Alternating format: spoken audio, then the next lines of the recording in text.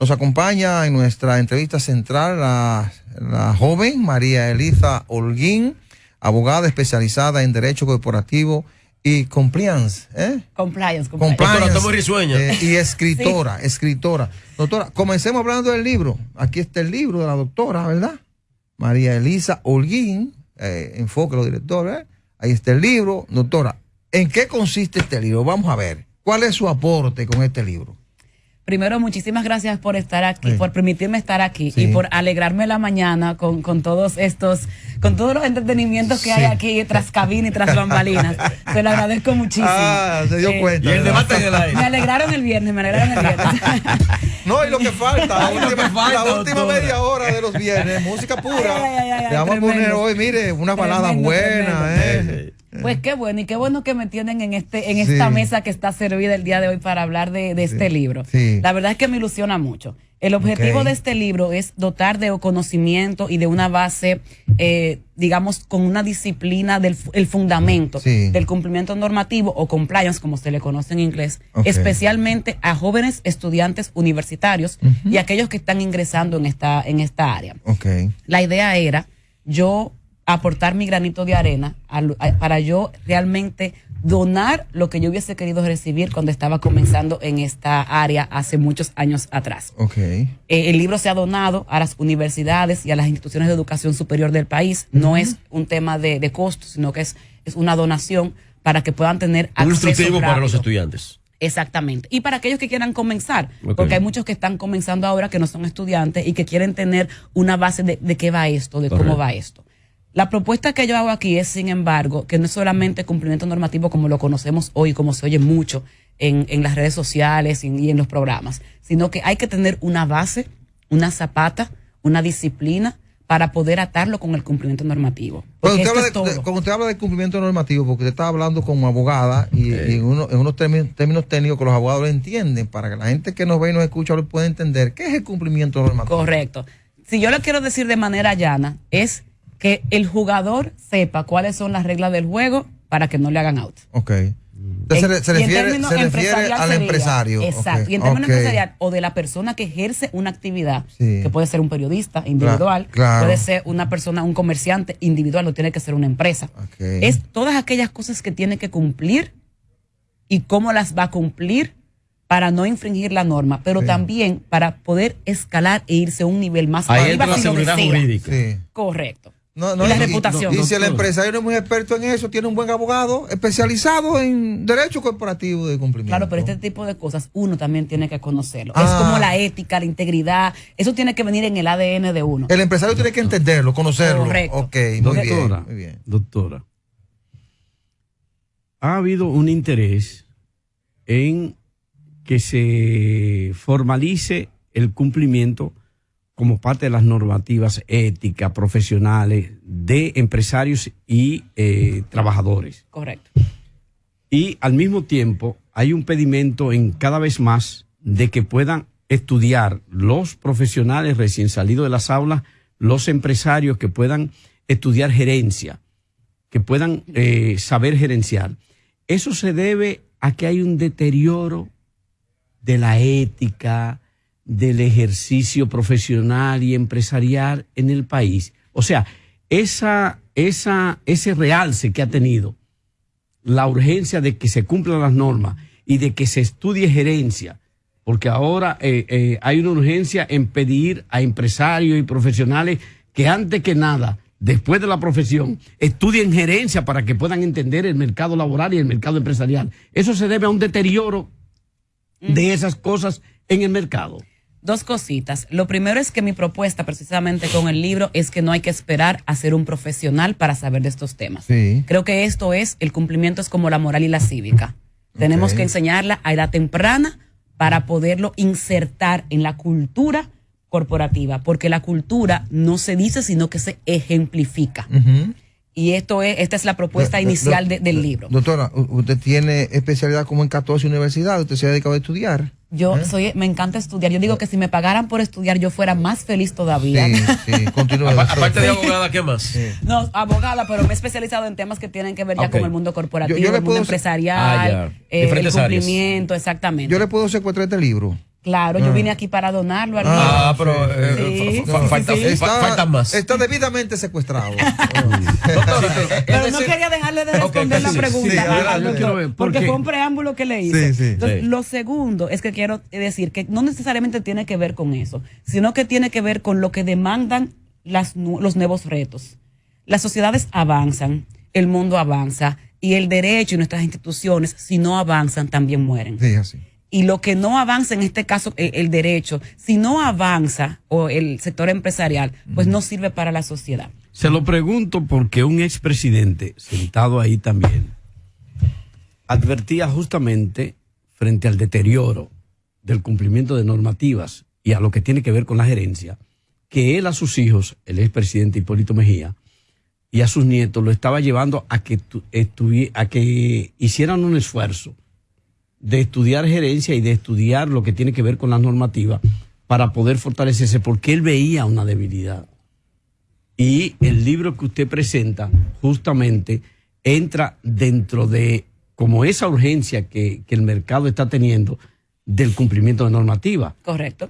Entonces, esas debilidades, ¿en qué se están verificando? Porque vemos problemas en las instituciones públicas, vemos problemas en las empresas, de profesionales que no logran desarrollar ni la gerencia que le toca, ni el cargo que le corresponde, ni siquiera el servicio simple en cualesquiera de las áreas, porque no tiene que ver solo con los grandes puestos, sino hasta la conserjería. Entonces, es una debilidad tan fuerte que se ve obligada a distraerse una profesional para escribir un libro sobre eso. Para mí no fue una distracción en ese sentido.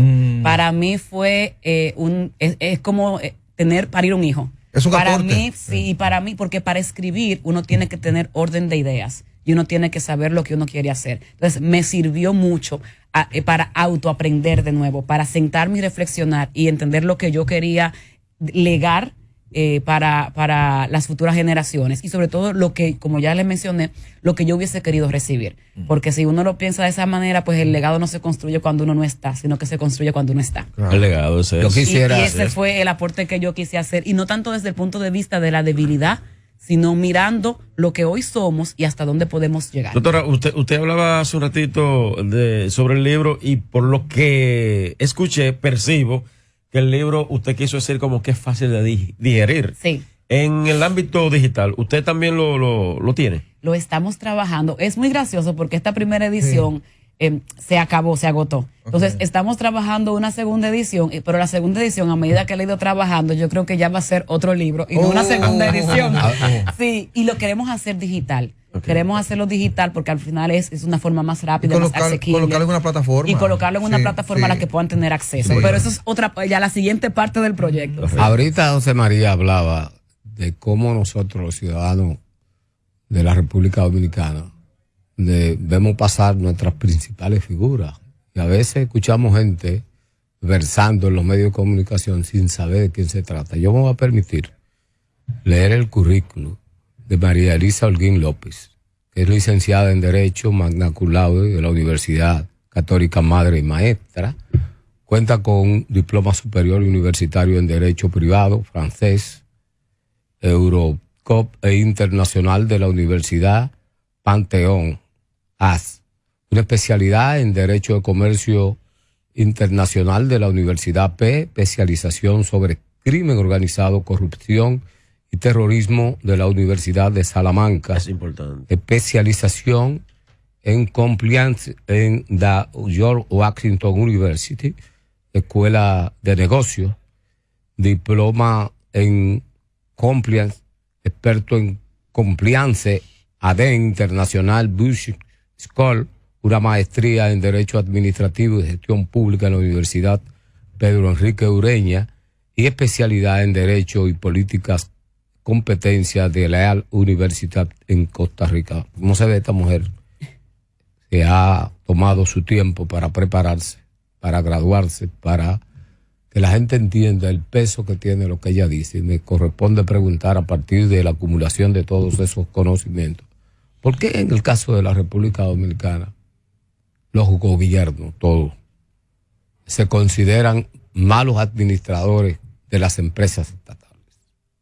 Esa respuesta escapa Realmente la pregunta escapa a mi conocimiento, porque creo que para uno poder responder algo de esa manera, uno tiene que tener ya información y data. Bueno, yo lo que sí le puedo comentar es que el cumplimiento y el cumplimiento normativo ya ha llegado al gobierno a través de inclusive estas circulares que emitió originalmente compras y contrataciones públicas. Hago la pregunta, perdón, Elisa, hago la pregunta porque siempre se dice que los políticos son malos administradores.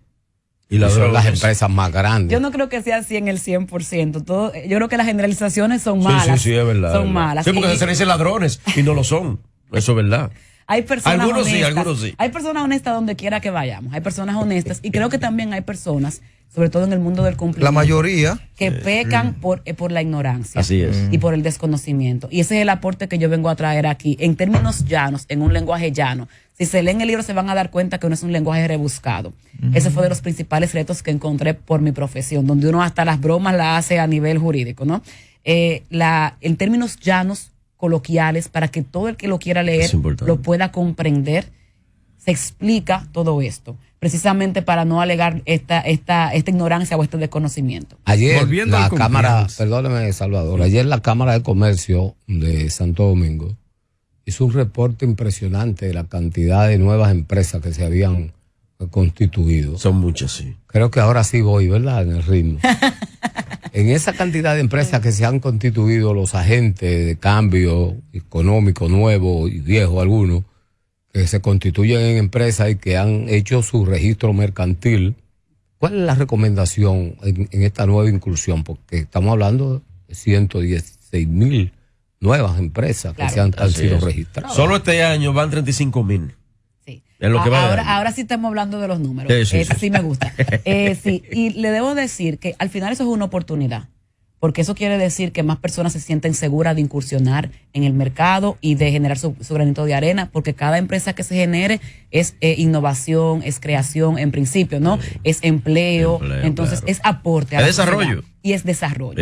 Ahora bien, esto tiene que venir acompañado de educación, de formación. La educación todo lo transforma, y el que no se preocupa por educarse, pues corre un gran riesgo de incumplimiento, y con el incumplimiento todo lo que viene, multas, sanciones y un poquito más allá, si se puede pensar. Entonces yo creo que la idea es no frenar el desarrollo, pero sí apalancarse en el conocimiento, sí apalancarse en la educación. No podemos innovar, emprender sin conocer lo que estamos haciendo y sin conocer el sector. Y ya todos los sectores deben contemplar el cumplimiento normativo. Sí, porque todo eso nos lleva a la disciplina. Claro. Y con la disciplina que se llega. Volviendo al compliance, que tiene que ver con un tema que está en cuestionamiento en la sociedad ahora mismo, la reputación. Sí, correcto. Hay un conflicto muy grave sobre el tema de reputación que entra dentro de los elementos del compliance como parte de esas normativas que hay que seguir. ¿Cómo ve esa discusión que hay, que ha llevado incluso a un incremento de las demandas por difamación e injuria, por las demandas frente a las empresas por malos manejos? ¿Cómo ve ese tema dentro de esa precisión de lo que está proponiéndole a la sociedad?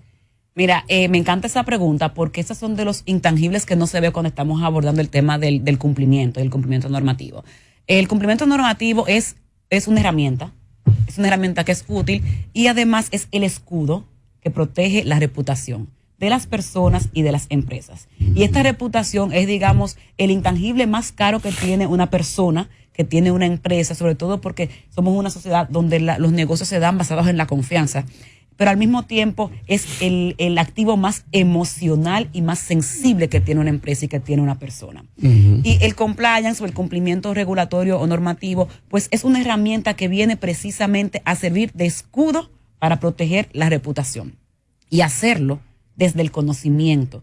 Y no es que solamente yo establezco el cumplimiento y esta es la norma y lo que tengo que cumplir. Si yo quiero, yo me puedo ir más allá. Sobre todo conociendo que hoy en día los negocios son transnacionales. Y cuando esa reputación es bombardeada, sea de la empresa, del empresario, del funcionario, del ciudadano, por alguien que te quiere chantajear o alguien que no le importa cuánto esfuerzo tú has hecho por construir esa imagen o esa reputación, y se inventa y como entiende que no hay ninguna realmente consecuencia, lo suelta por las redes sociales, como ya la gente se cree que todo el mundo es comunicador, uno tiene derecho a la libertad de expresión, pero como ya casi todos somos comunicadores o periodistas, a partir de la democratización de los medios con la internet, entonces, en ese caso, ¿dónde entra su especialidad?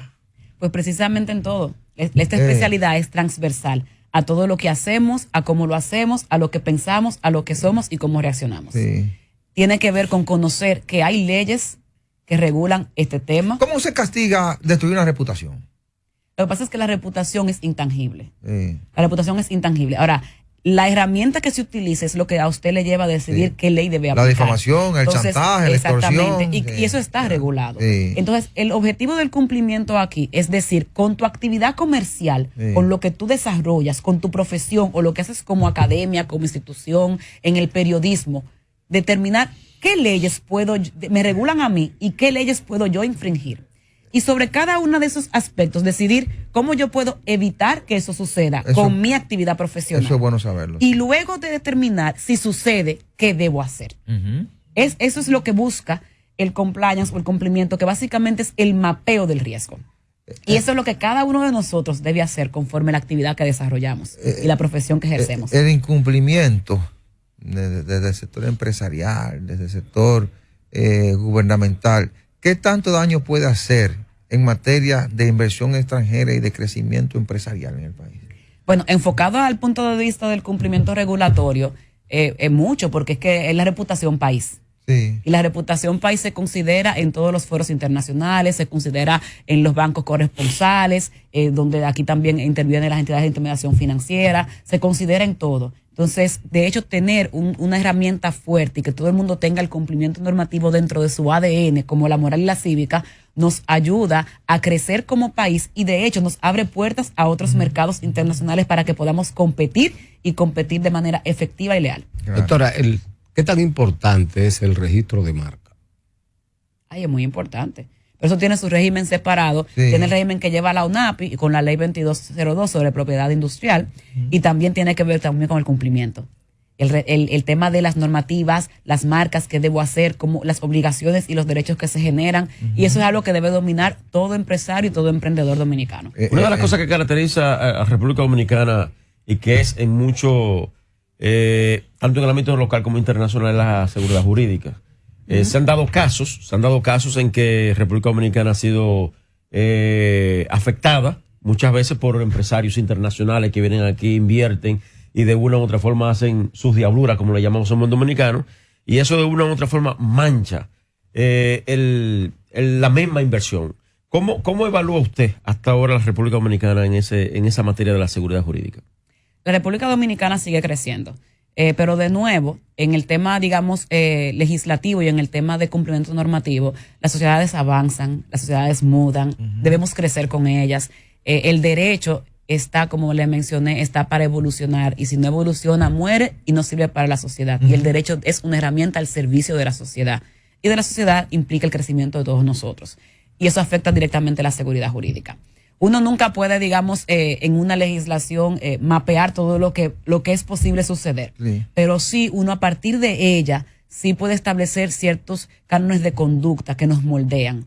Y esto también tiene que ver con el cumplimiento. El cumplimiento tiene que analizar todo esto para ver cuál es mi forma de comportamiento y cuál es mi conducción. Por eso yo les digo que esto tiene que enseñarse desde que estamos en las universidades. Y cuidado si antes. Porque no podemos graduar estudiantes sin saber de esto, porque ya mañana automáticamente pueden incursionar en prácticas que no sean las idóneas y que al final estanque sus proyectos, estanque sus procedimientos y estanque su innovación. Y aquí todo lo que estamos aquí queremos que nuestros proyectos crezcan, nuestras inversiones crezcan y también que esto vaya acompañado de un crecimiento social. Claro. En estos momentos la Dirección General de Impuestos Internos tiene plazo hasta el 15 del próximo mes para cambiar el tipo de facturación de física por electrónica. En el caso de las empresas, ¿qué tanto esto beneficia o afecta? Esa parte sí se escapa al contenido del programa. Yo lo que sí, no, claro. Yo lo que sí le puedo decir es que estos cambios desde el mundo del cumplimiento, los empresarios tienen que analizarlo y tienen que entonces pensar y ver cómo esto impacta mi operativa para yo cumplir con ella. Mire, y para no llegar en un incumplimiento por falta de observancia. Yo hago la pregunta porque, perdóname, José María, ya muy brevemente, porque hay mucha promoción de empresas que están bombardeando a través de las redes, haciendo ofertas de sus servicios a las personas y a las empresas también. Así que tienen que especialidad en eso para la facturación electrónica. Retomando la pregunta del compañero Robinson, como especialista en la materia, ¿usted tiene alguna idea de cuál es el nivel de reputación de República Dominicana a nivel internacional? Cada vez más, al menos en estos temas de cumplimiento, va mejor. Porque hay cosas que hemos hecho en nuestro país que es la primera vez que se hacen no solamente en el país, sino en la región. Sí. Entonces, la verdad es que eso me hace sentir muy feliz de que estamos avanzando y que estamos logrando muchas cosas, pero también interviene mucho la actuación individual. Y de ahí es una de las motivaciones de mi aporte. No debemos quedarnos solo en esperar que otro haga, sino nosotros hacer y generar ese valor. Mire, ya para despedirla, ¿usted va a los tribunales o trabaja desde su oficina? Ahora mismo imagino que muy demandada, ¿verdad? Ahora mismo no vamos a los tribunales. Ahora mismo estoy prestada a la función pública como miembro del Consejo Directivo de la Comisión Nacional de Defensa de la Competencia por Competencia. ¡Qué bien! ¡Qué bien!